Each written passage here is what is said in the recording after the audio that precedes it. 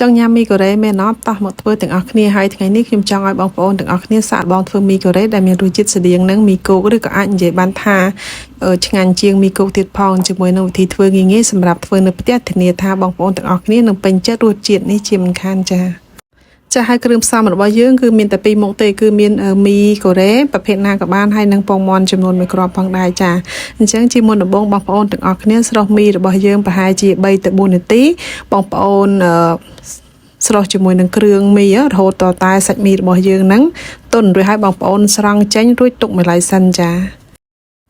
ហើយជាបន្តមកទៀតបងប្អូនគោះពងមាន់ចំនួន1គ្រាប់ហើយបងប្អូនយកតែផ្នែកលឿងទេហើយបងប្អូនវាយផ្នែកលឿងហ្នឹងឲ្យបែករួចហើយចាំបងប្អូនដាក់អំបិលមីដែលមាននៅក្នុងកញ្ចប់ហ្នឹង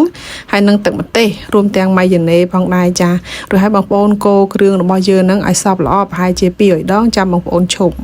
ហើយបើកូរអត់ឈប់ចឹងមិនទុកដៃឡាប់ហើយនិយាយលេងចេះតែជឿដែរហ្នឹងហើយជាបន្តមកទៀតចាំបងប្អូនចាក់មីរបស់យើងចូលនៅក្នុងចានមួយរួចហើយបងប្អូនដាក់ទឹកសដែលយើងបានលាយពីមុននឹងចូលតែបងប្អូនកុំភ្លេចច្បល់មីឲ្យចូលជាតិណាគាត់តែច្បល់មីហ្នឹងណាគេចេះយូរហើយបើមិនចឹងវាញ៉ាំមីផ្សេងហើយនឹងទឹកគ្រប់ផ្សេងនេះចេះនិយាយមកចេះប្រាប់ទៅខាងលោយើងអត់ដឹងអីហ្នឹង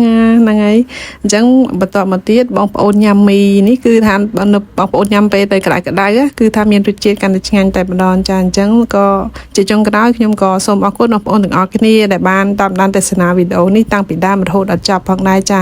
ហើយសូមកុំភ្លេចណាសូមជួយ follow page របស់ខ្ញុំផងអរគុណច្រើនណាជួបគ្នានៅវីដេអូក្រោយៗទៀត